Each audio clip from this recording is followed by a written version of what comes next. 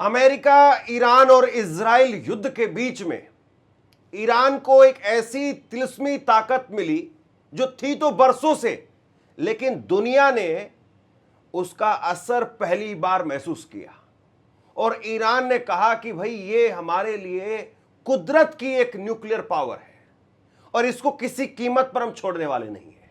मैं बात कर रहा हूं होर्मुज की। होर्मुज को ईरान ये मानता है कि उसके पास में कुदरत की एक देन है और जो आज के वक्त में उसके लिए बिना कुछ किए एक न्यूक्लियर पावर जैसा काम कर रही है। और ईरान बार बार ये कह रहा है कि किसी भी कीमत पर हम होर्मुज पर अपना कब्जा या अपना अधिकार वो नहीं छोड़ेंगे।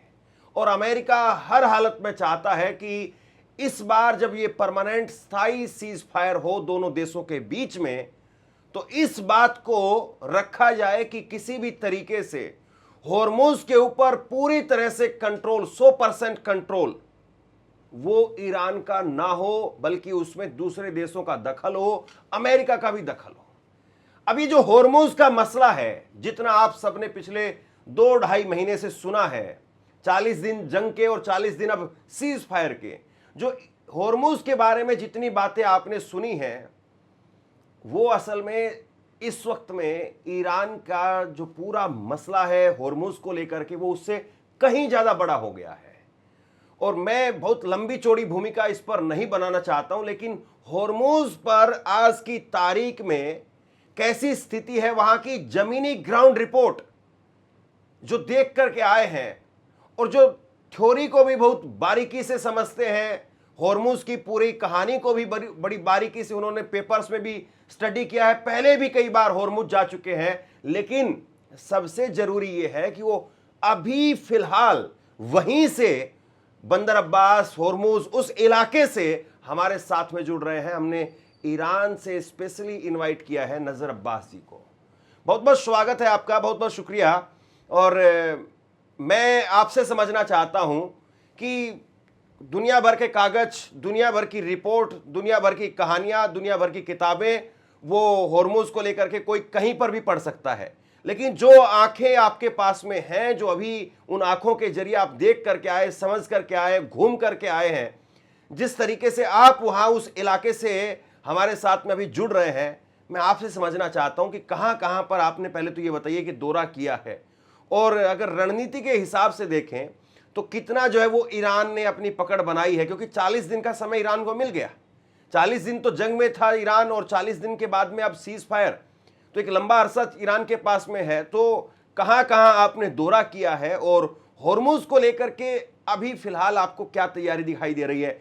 ईरान प्रेशर में आकर के या फिर किसी तरीके से हटेगा पीछे, कुछ मान जाएगा, कितना मान जाएगा, या फिर तैयारी ऐसी है कि नाखून भर भी ईरान कॉम्प्रोमाइज नहीं करेगा? बिस्मिल्लाहिर्रहमानिर्रहीम। बहुत बहुत शुक्रिया मुझे एक बार फिर से इनवाइट करने के लिए। मैं पहले भी आपके साथ जुड़ता रहा हूँ, लेकिन मतलब मैं कुम में रहता था या कभी तेहरान से जुड़ता था, लेकिन इस बार मौका है कि मैं बंदर अब्बास से आपके सामने जुड़ा हूँ। आपको और आपके तमाम व्यूअर्स को आदाब अर्ज करते हैं। लेकिन इस वक्त मैं जो बंदर अब्बास में हूँ, मैं 2-3 दिन से इसी एरिया में पूरा हूँ। समझने के लिए हमें ये जानना होगा, मैप की भी इसमें जरूरत पड़ेगी कि मैप अगर देखें तो स्ट्रेट ऑफ होर्मुज जिसे हम कह रहे हैं, उसमें कुछ अहम आइलैंड्स हैं, कुछ अहम जजीरे हैं, टापू हैं, जो बहुत इंपॉर्टेंट हैं, जिसने इस पूरे क्षेत्र को, इस पूरी ज्योग्राफी को आगे जिसने एक इतना इंपॉर्टेंट असर दे दिया है पूरी दुनिया की शिपिंग के लिए।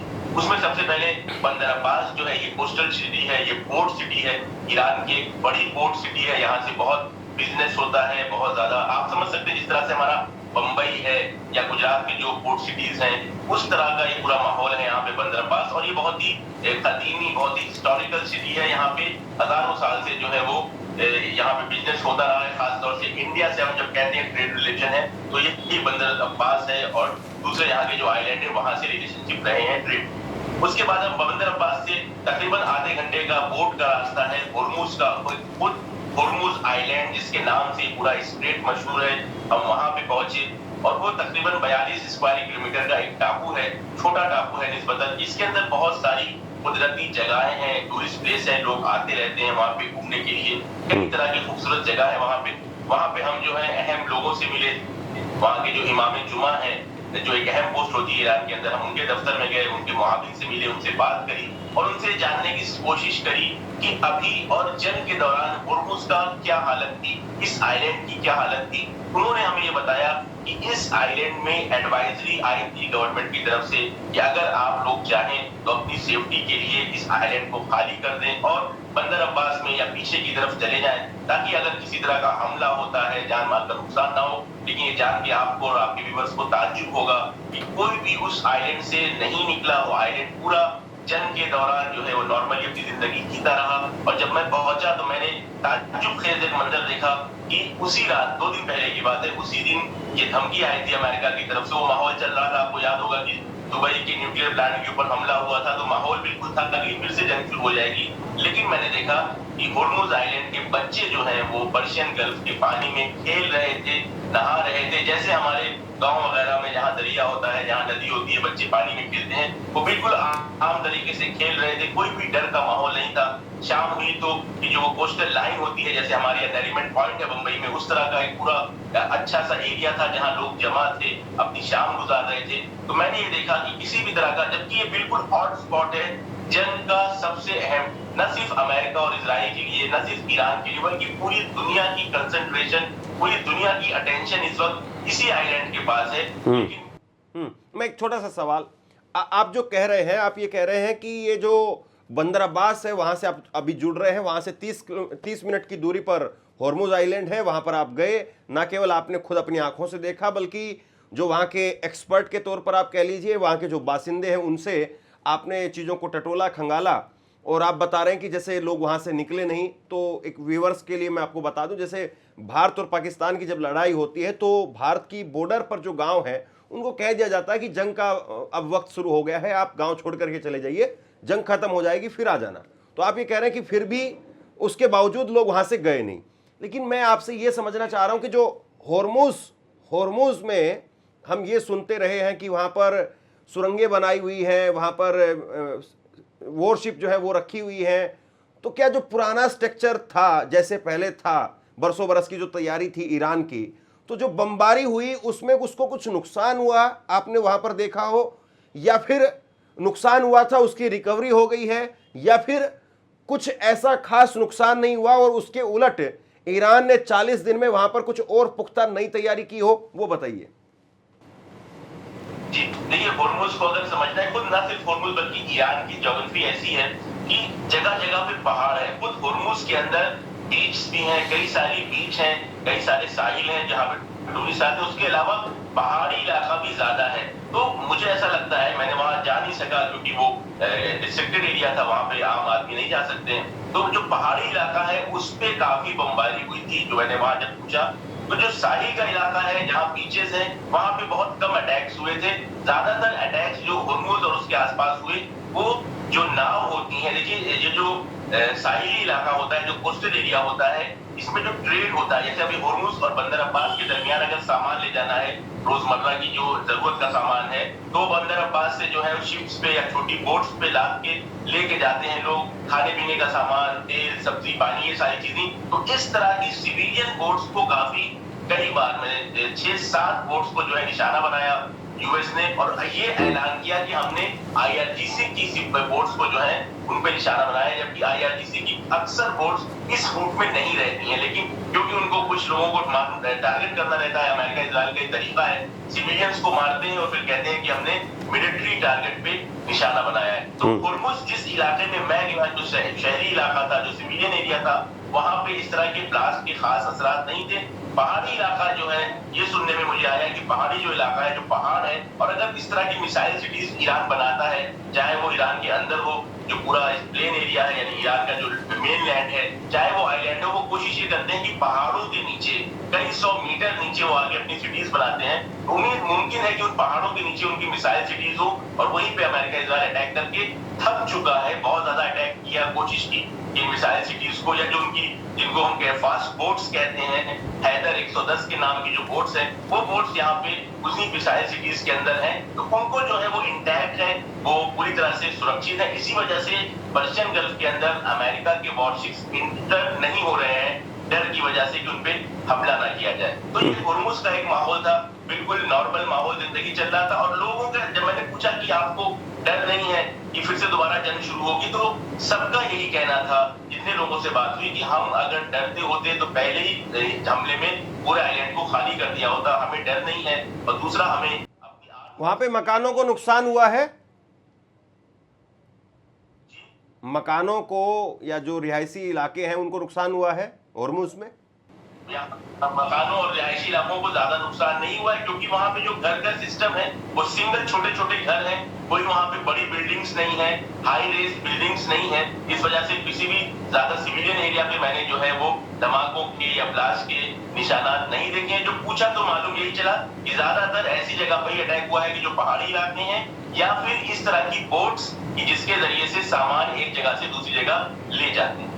उसके बाद होर्मुज से हमारा सफर रहा दूसरे आइलैंड की तरफ, जिसको किश्म आइलैंड कहते हैं। और ये बहुत ही बड़ा आइलैंड है, काफी बड़ा आइलैंड है। हत्ता ये बहरैन, कुवैत, कतर, इन सारे मुल्कों से बड़ा सिर्फ किश्म आइलैंड है ईरान का, अगर एरिया वाइज देखा जाए। और एक बड़ा टूरिस्ट प्लेस है। अगर आपके व्यूअर्स इसको चेक करेंगे नेट पे, तो बहुत खूबसूरत जगह है यहाँ पे घूमने के लिए। टूरिस्ट प्लेस अच्छा है, लेकिन फिलहाल जंग चल रही है, इसलिए वहाँ पे निस्बतन सन्नाटा था, खाली था। सिर्फ ईरान के ही कुछ लोग वहां पे आए हुए थे घूमने के लिए। वहां पे जब हम पहुंचे तो देखिए किश्म आइलैंड, और उसके बाद आता है लारक आइलैंड। ये किश्म आइलैंड और लारक आइलैंड एक तरह से मेन स्पॉट है जहां पे सारी दुनिया की अटेंशन है, क्योंकि ईरान ने जो वाटरवे डिजाइन किया है कि अगर आपको ओमान सीज के पर्शियन गल्फ के अंदर आना है तो लारक आइलैंड और किश्म आइलैंड के बीच से आपको निकल के जाना है। और अगर आप पर्शियन गल्फ से बाहर निकलना चाहते हैं ओमान सी की तरफ, तो आपको लारक आइलैंड के राइट साइड से निकलना होगा।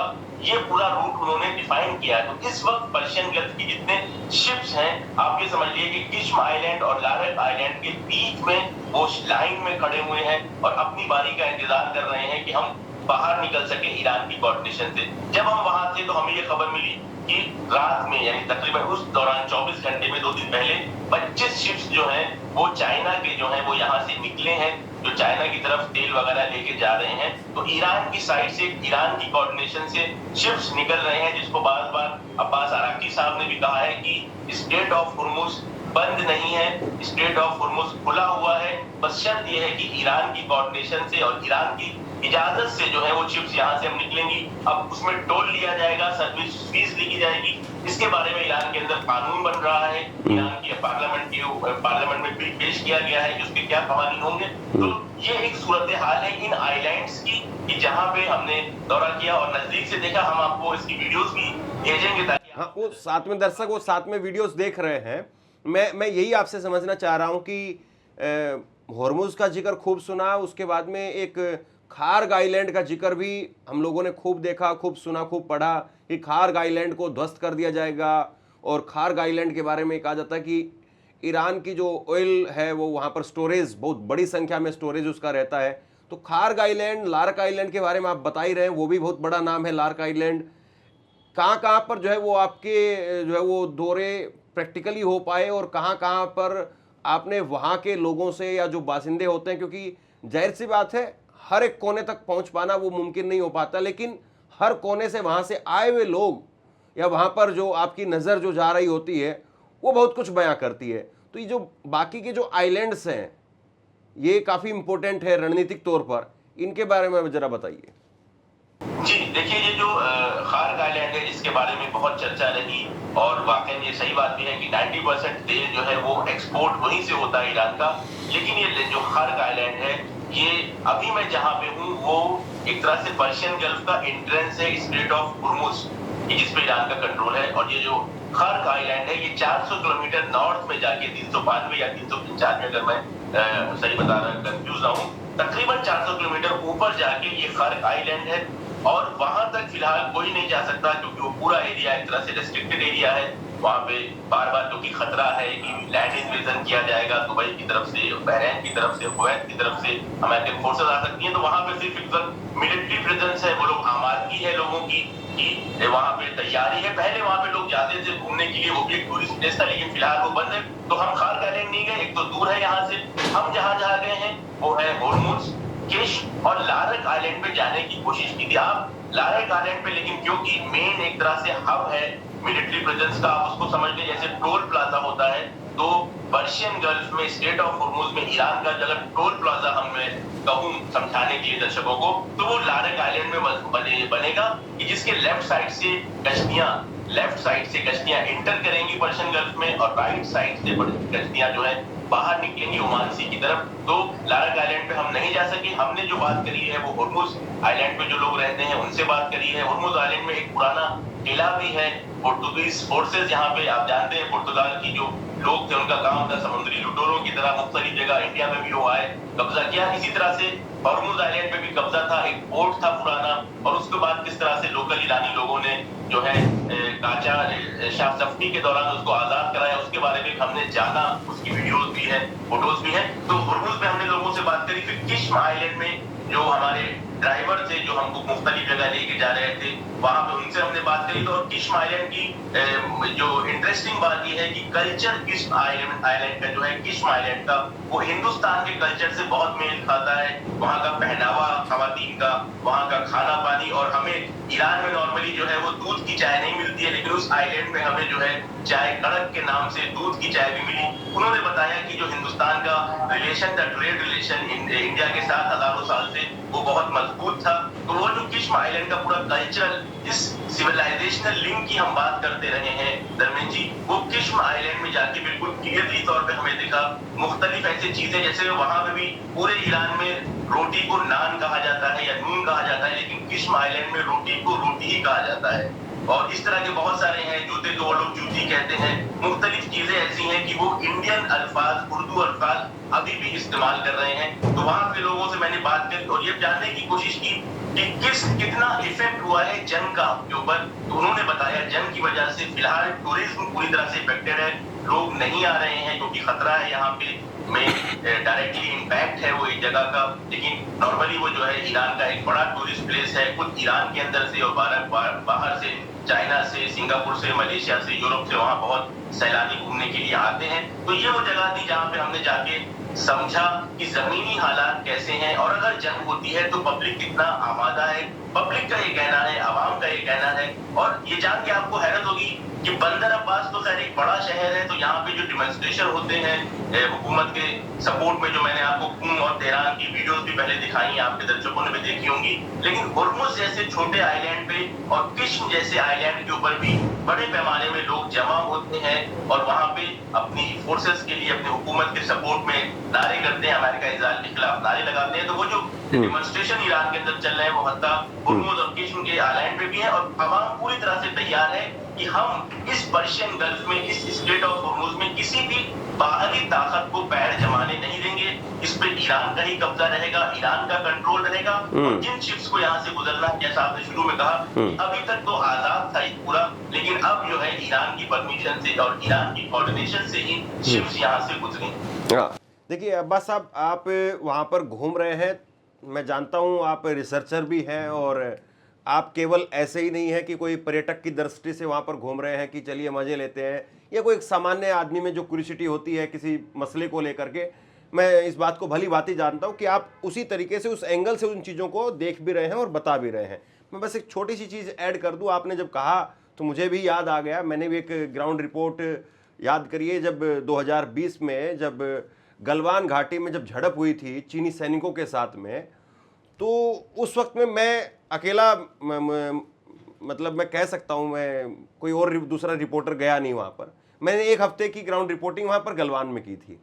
और माफ़ कीजिए, गलवान नहीं, गलवान घाटी तो काफ़ी आगे हो जाती है, लेकिन लद्दाख में जा कर के मैंने रिपोर्टिंग की थी। वहाँ पर तो सरकार जाने ही नहीं देती है। तो वहाँ पर लोगों का जो डर था, वो डर यही था कि लद्दाख जो है वो एक ऐसी जगह है जो धीरे धीरे टूरिस्ट हब बन गया है। और जो 3 इडियट की जो मूवी है पेंगोंग लेक, वहाँ पर लोग जाते हैं, वो थोड़ी दूर है वहाँ से। और वैसे ही जैसे आप बंदर अब्बास से और हॉर्मुज आते हैं, वैसे ही उसी तरीके से लोग मोटरसाइकिल किराए पर लेते हैं, गाड़ी, थार गाड़ी वगैरह जो है वो किराए पर लेते हैं, और किराए के गाड़ी लेकर के उनका एक साधन है वहाँ के रहने वाले लोगों का।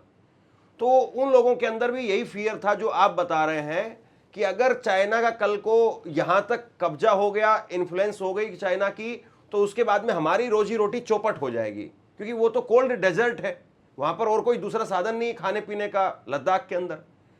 और लद्दाख के लोगों ने कहा कि यह बहुत जरूरी है कि चाइना दूर रहे, पीछे रहे।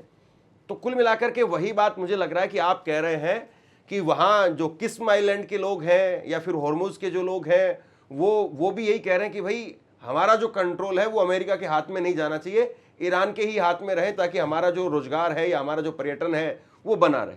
मैं आपसे ये समझना चाह रहा हूं कि आपने जो पारखी नज़रों से, अपनी नज़रों से जो देखा, क्या आपको लग रहा है, जो आपकी स्ट्रॉन्ग जो फीलिंग्स जो अंदर से आ रही हो मुझे वो बताइए, क्या आपको लग रहा है कि अगर बड़ी पावर वहाँ पर इस्तेमाल की जाए, बड़ी फोर्स अगर वहाँ पर लगाई जाए, या किसी तरीके से बाहरी कोई ईरान के ऊपर प्रेशर लगाया जाए, तो वो लोग जो स्थानीय लोग हैं वो या फिर ईरान वो कॉम्प्रोमाइज़ होगा, अपना हिस्सा जो है वो चाइना अमेरिका को देने, या फिर उसमें बाकी अरब देशों की दखल हो, इसके लिए वो तैयार होगा ईरान? जी देखिए, ईरान ने ये जो प्रेशर की बात है कि क्या प्रेशर बिल्डअप के सामने ईरान झुकेगा, अगर मैं आपको सवाल को ऐसा कर दूं, क्या ईरान इस तरह के प्रेशर बिल्डअप के सामने झुकेगा, तो मुझे नहीं लगता कि अब अमेरिका के पास या पूरा उसका जो टोली है अमेरिका की, जो भी उनके एलाइज हैं, जो भी उनके प्रॉक्सीज हैं, उनके पास कुछ ऐसा प्रेशर टैक्टिक बचा नहीं है। क्योंकि अगर जितने भी प्रेशर टैक्टिक से सबसे बड़ी चीज होती है किसी मुल्क के लीडर को जो है असैसिनेट कर देना, उस वक्त ईरान जब नहीं झुका, तो अब इस वक्त ईरान के पास बहुत सारे अपर हैंड है। देखिए, जब ये जंग शुरू हुई थी तो स्ट्रेट ऑफ हॉर्मुज का मसला नहीं था, पूरी दुनिया के जो शिप्स वगैरह थे वो आ रहे थे, जा रहे थे, लेकिन खुद इस वक्त स्ट्रेट ऑफ हॉर्मुज की वजह से ईरान के पास एक बहुत बड़ी स्ट्रेटेजिकल अपर हैंड है, जिसके जरिए से वो पूरी दुनिया के एनर्जी को कंट्रोल कर सकता है अगर चाहे।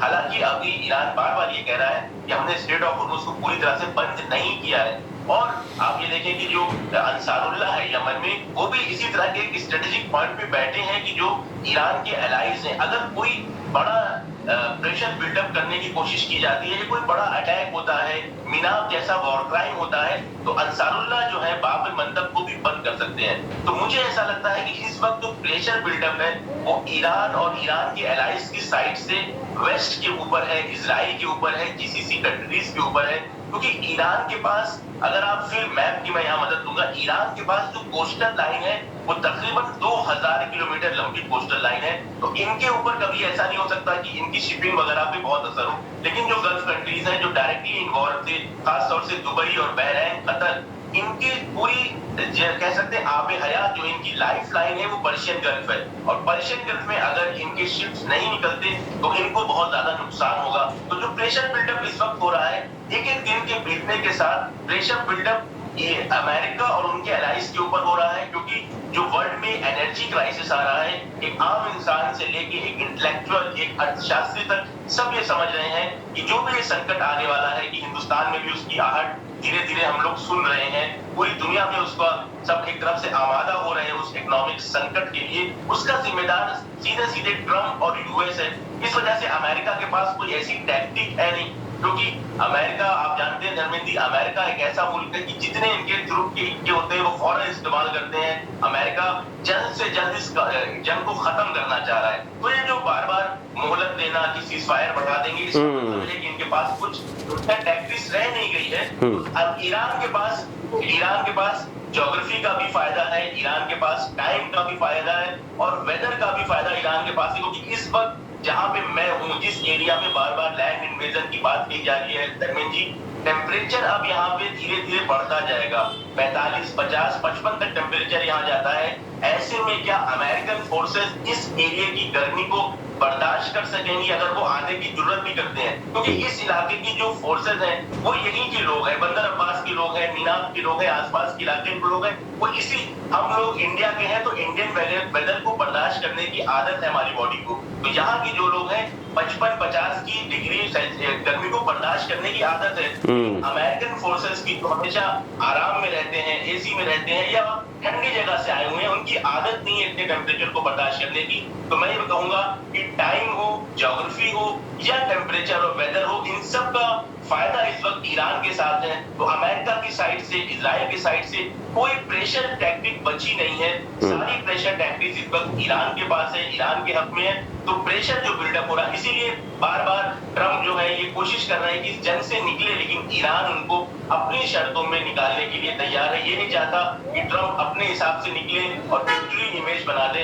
इस वजह से ट्रंप बहुत ज्यादा बौखलाए हुए हैं, कोशिश किया। और इसके बाद चाइना का जो सफर हुआ है उसको भी अगर हम खुलासे के तौर पे देखें तो बहुत ज्यादा कूटनीति एतबार से उनमें जो है शिकस्त हुई है ट्रंप की। तो ट्रंप जो है बस वेट एंड वॉच की सिचुएशन में है, बयान देते रहते हैं ताकि मार्केट में अप एंड डाउन होता रहे और उसके जरिए से उनके घर के लोग इंटरनेट करके फायदा उठाते रहे। तो अमेरिका और इजराइल के पास या गल्फ की कंट्रीज के पास कोई भी ऐसी प्रेशर टैक्टिक्स नहीं है, कोई भी ऐसा तुरुप तरीका नहीं है मैं कहूं कि जिसके जरिए से ईरान को प्रेशर किया जा सके। लेकिन ईरान के पास कई सारी ऐसी चीजें हैं जिसके जरिए से अमेरिका को प्रेशर कर रहा है और आगे भी करता रहेगा, जब तक वो पूरी तरह से अपनी हार को स्वीकार नहीं करते और ईरान की शर्तों को कबूल नहीं करते। बिल्कुल। तो देखिए, अगर मैं इस पूरे इंटरव्यू को सम अप करके आपके सामने रखूं तो नज़र अब्बास जो अपनी नज़रों से वो ये बता रहे हैं कि वो कुम शहर में जब रहते थे तो वो भी तेहरान से बस महज कुछ किलोमीटरों की दूरी पर है। वो तेहरान की फिजाओं में क्या चल रहा है, तेहरान में राजधानी के अंदर क्या कुछ चर्चा है, राजधानी में किस तरह की रणनीति बन रही है, उसको भी देख समझ रहे थे। और उसके बाद में वो ज़मीन पर खड़े होकर के हॉर्मोज और उसके आसपास के आइलैंड्स पर वो वहाँ पर महसूस करके आए हैं कि भैया 55 डिग्री के इस तापमान में अमेरिकी को लड़ाना तो बहुत दूर की बात है, यहाँ पर वो खड़े भी नहीं रह पाएंगे। 55 डिग्री के टेम्परेचर में जब वो आकर के खड़े होंगे तो वो उल्टी, दस्त और दुनिया भर की जो और बीमारियाँ होती हैं, तापमान अचानक से जब बढ़ता है तो वो किसी कीमत पर सरवाइव नहीं कर पाएंगे।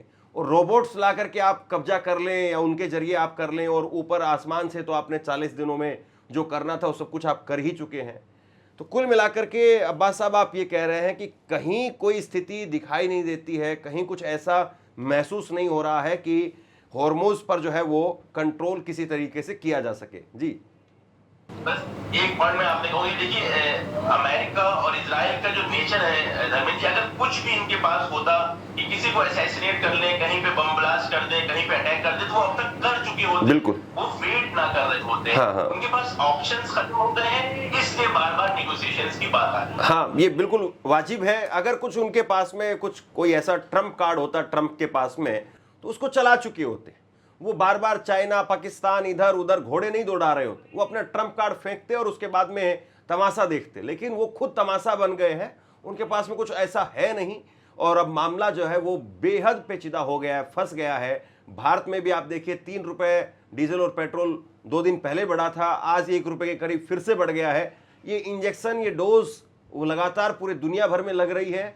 और उम्मीद ये की जानी चाहिए कि ट्रंप, अमेरिका जिन्होंने इस युद्ध को शुरू किया है, वो इसको किसी तरीके से खत्म करवाएं और निकले यहां से, हॉर्मोज खुले और दुनिया चैन की सांस ले। बाकी जहां पर आप खड़े हैं वहां पर आप कह रहे हैं कि बहुत मुश्किल है कि अमेरिका के लोग आकर के यहां पर सांस भी ले पाएंगे। बहुत बहुत शुक्रिया, बहुत बहुत धन्यवाद। आपने जिस तरीके से सारी चीज़ों को बेबाकी के साथ में रखा और हमारे दर्शकों तक एक समझ जो है वो बनाने में उनकी मदद की कि किस तरीके से वहाँ के हालात हैं। बहुत बहुत शुक्रिया, बहुत बहुत धन्यवाद।